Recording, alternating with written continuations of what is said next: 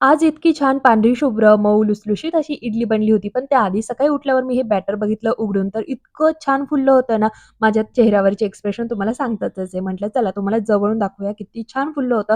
इडलीसाठी सगळ्यात बेस्ट तांदूळ कोणता? तर असा सगळ्यांनाच प्रश्न पडलेला असतो आणि त्याचं उत्तर मी काल तुम्हाला दिलेलंच आहे, रेशनचा तांदूळ. पण तुम्ही मला अजून काही सांगितलं नाही, की तुम्ही कोणता तांदूळ इडलीसाठी वापरतात. तर आज मला तुम्ही सगळ्यांनी इडलीसाठी तुम्ही कोणकोणता तांदूळ वापरतात, तर ते तुम्ही मला नक्की कमेंटद्वारे सांगणार आहात. इडलीच्या पिठामध्ये मीठ ॲड करून त्याला छान असं मिक्स करून आणि इडली बनवायला सुरुवात केली. दुसऱ्या बाजूला मी छान अशी चटणीसुद्धा बनवली. लास्ट टाईमसुद्धा भाजीपाला नव्हता म्हणून सांबार बनवता आलं नाही आणि आजही तसंच काहीसं झालं. म्हटलं चला चटणीबरोबरच खाऊयात. दिवाळीमध्ये सगळ्यांनीच खूप सारं गोड खाल्लेलं आहे. लाडू, करंजी, वाह, वाह! आणि त्याबरोबर आपलं वजनसुद्धा छान असं वाढलेलं आहे. पण म्हटलं चला आता गोड काही माझं बंद होणार नाही, कारण मला गोड खूपच आवडतं. पण साखरेवरनं गुळावर यायला काय हरकत आहे? म्हणून इथं माझ्या स्वतःसाठी मी ते गूळ कट करून घेतला आणि बरणीमध्ये भरून ठेवला.